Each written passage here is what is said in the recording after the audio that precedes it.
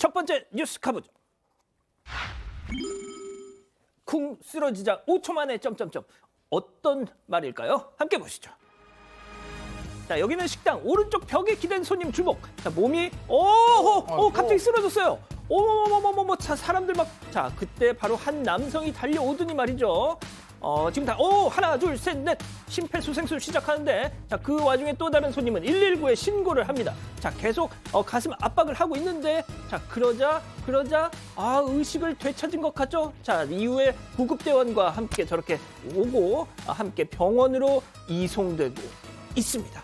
자, 심폐소생술 하는 솜씨를 보니까 휴무였던 구급대원 혹은 경찰 공무원 그런 분들 아니었나요? 네, 정체는요, 바로 식당 종업원 김윤하 씨였습니다. 지난 6일 오후 12시쯤입니다. 전북 군산시의 한 식당에서 손님이 저렇게 갑작스런 심정지로 바닥에 쓰러졌습니다. 그러자 이 종업원이 재빨리 달려와서 심폐소생술을 시도를 하는데요.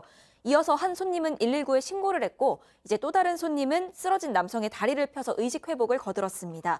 얼마 지나지 않아서 이 남성은 의식을 회복을 했습니다. 병원으로 옮겨졌고요. 해당 남성은 쓰러질 때 머리를 부딪히는 바람에 이 약간의 타박상을 입었지만 다행히 큰 부상은 아니었다고 합니다. 그리고 다음 날 식당을 찾아와서 해당 종업원에게 감사 인사를 전했다고 합니다.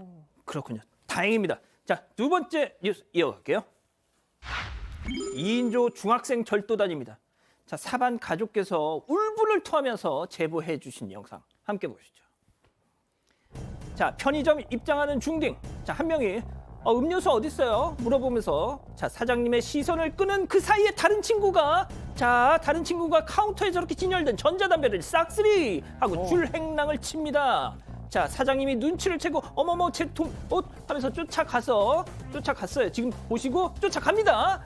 자, 쫓아가서 잡았다 요놈. 예, 잠시 후 경찰까지 출동을 하는 모습이 보이실 텐데요.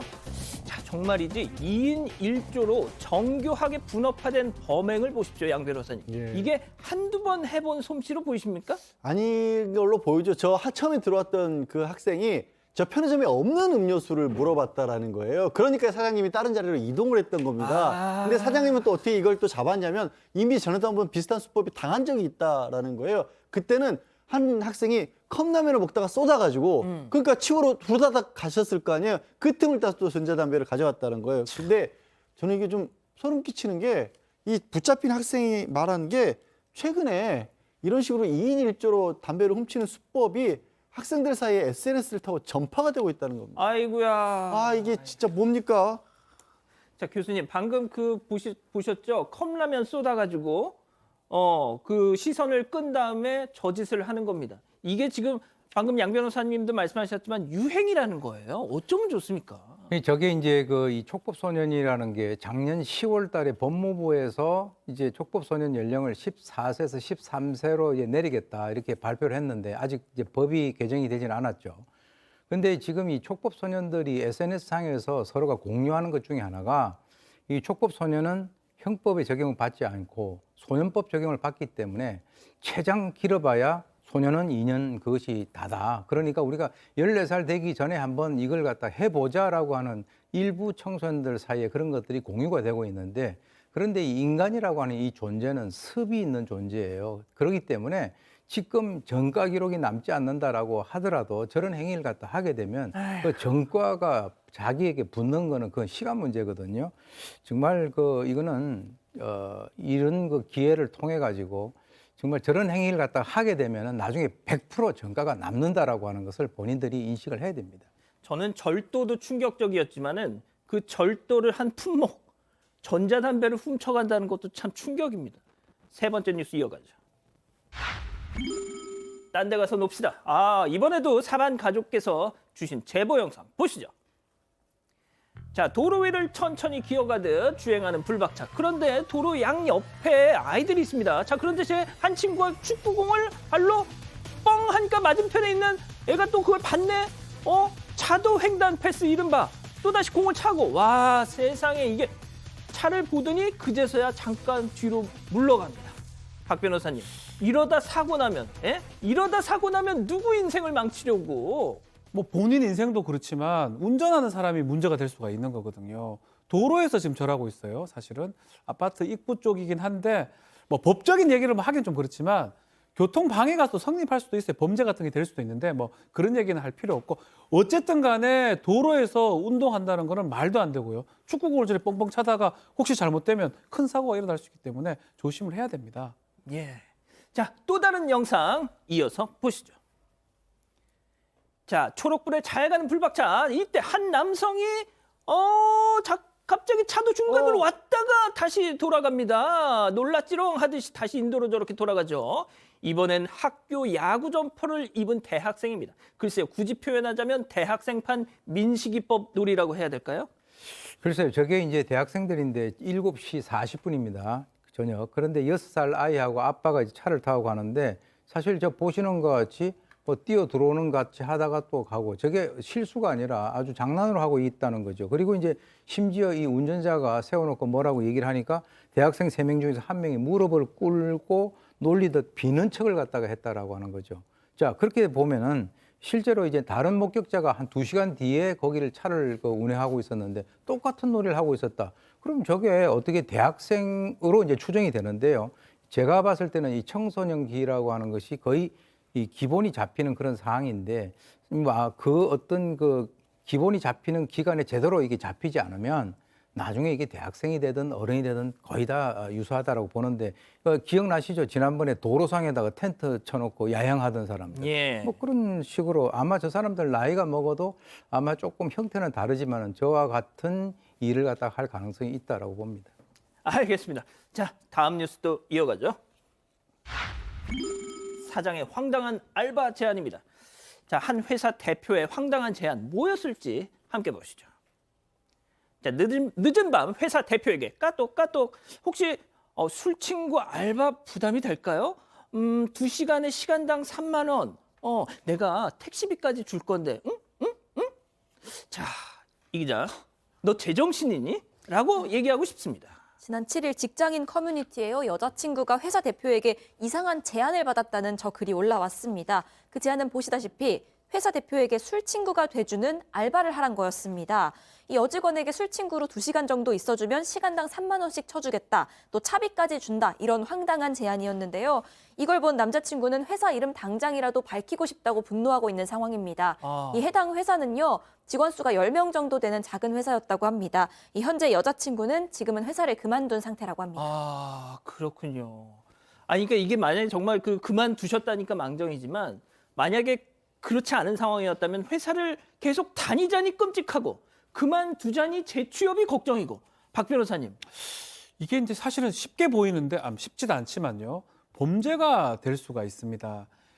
카카오톡이나 이 통신 매체를 통해서 문자라든지 뭐 글이라든지 그림 같은 거 보냈을 때 특히 성적인 수치심을 줄 수 있는 예전에는 성적인 수치심이 이제 어떻게 보면 좀 까다롭게 판단했는데 이게 술 먹자, 돈 줄게, 알바해라 이런 말투 자체가 성희롱스러운 발언일 가능성이 있거든요. 더더군다나 직장에서 대표가 지금 보냈다면 그렇다면 이거는 쉽게 넘어갈 일이 아니고 성폭법 위반으로 통신매체 음란죄가 성립할 여지가 있습니다. 뭐 100% 장담하기 어렵지만 글도 포함되기 때문에 그렇다면 2년 이의 징역 또는 500만 원의 벌금을 처할 수 있거든요. 범죄가 될 수 있다는 것을 좀 알아야 될 것 같은데요. 예. 자, 박 변호사님, 그 왼쪽 가슴에 있는 다시 한번 좀 잡아주시겠습니까?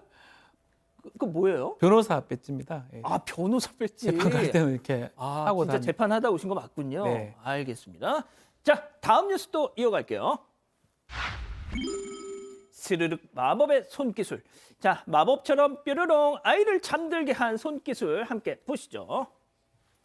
자, 눈이 말똥말똥, 배를 둥글게 쓱싹쓱싹 문지르는 할머니의 손. 나 안 잘 건데 사건 반장 볼 건데 저렇게 버티던 아이 눈이 내려온다. 내려왔어. 내려왔어. 잤어. 다시 떴네요. 앉아요. 쉽게 앉아요. 계속 문지르기 하면서 코를 골면서 잠들었습니다. 양 변호사님, 사건 반장 보고 싶은데 지금 자녀분이 칭얼대서 방송에 집중이 안 된다는 우리 가족 여러분들 계시면 지금 당장 따라해 보시라고 권하고 싶습니다. 근데 저거 보면 그냥 상당히 거칠어 보일 정도의 손길인데 저기 일본의 인터넷 매체 네토라보에 공개가 된 건데요. 1살짜리 아기랍니다. 근데 잠을 자기 싫어서 버티는 손자를 제가 보기엔 반강제로 눌러서 배를 문질렀는데 40초 만에 그냥 골아 떨어져 버린 거예요. 아, 40초. 딱 40초 걸렸다는 겁니다. 이게 아하, 정말 예. 마법의 기술 아닙니까? 요즘에 수면장애 있으신 분들 많은데 예. 어떻게 좀 비법을 좀 배우고 싶습니다. 저도. 아, 맞습니다. 제가 딱 불면증이 시달리고 있는데. 알겠습니다. 마지막 사연으로 좀 가볼게요. 예비 시모가 벌써 간섭해. 야, 이 도발적인 질문입니다. 네, 벌써부터 참견하는 예비 시어머니 때문에 고민이다 이런 예비 며느리의 사연인데요. 이 시어머니가 참견하는 건요 다름이 아닌 이 며느리의 카카오톡 프로필 사진입니다. 이 상견례 이후에 시어머니와 신랑 그리고 며느리 이렇게 셋이서 이렇게 저렇게 의견 교환할 일이 있었기 때문에 단톡방을 만들게 됐다고 합니다. 그런데 이 며느리가 요즘 MZ세대 사이에서 유행하는 바디 프로필 아시죠? 예. 그러니까 열심히 운동해서 몸 만들어서 뭐 속옷 차림, 비키니 이런 거 입고 사진 찍는 그 바디 프로필을 이 프로필 사진에 올려놓았던 겁니다. 이뿐만이 아니라 이제 몸매 드러나는 레깅스 입고 요가하는 사진 이런 것들도 올려놨었는데 그것도 보시게 된 겁니다. 이에 시어머니가 굉장히 조심스럽게 사진이 너무 예쁘니까 이런 거 너희 신랑이나 보게 하면 안 되냐 이해해 줄 수 있지 이렇게 얘기를 하셨다고 장문의 카톡을 보내셨다고 하는데 이 시어머니 속뜻은 다른 남자들이 노출 사진 볼까 걱정이 된 것 같습니다. 이에 며느리는 이 사진이 왜 문제가 되는지 모르겠다는 입장입니다. 예. 자, 기다리고 기다리셨던 부처 핸즈업 타임. 우리 가족 여러분들도 채팅창에 OX로 함께 참여해 보시죠. 먼저 예비 며느리입니다. 저도 한 살이라도 어릴 때 예쁜 사진도 찍고 보여주고 싶고 그런 건데 솔직히 오빠도 제 바디 프로필 사진 보고 뿅 간 거고요. 근데 이런 것까지 간섭하시는 건 조금 아니라고 생각하거든요. 저 아직 그리고 진짜 며느리도 아니잖아요. 동그라미.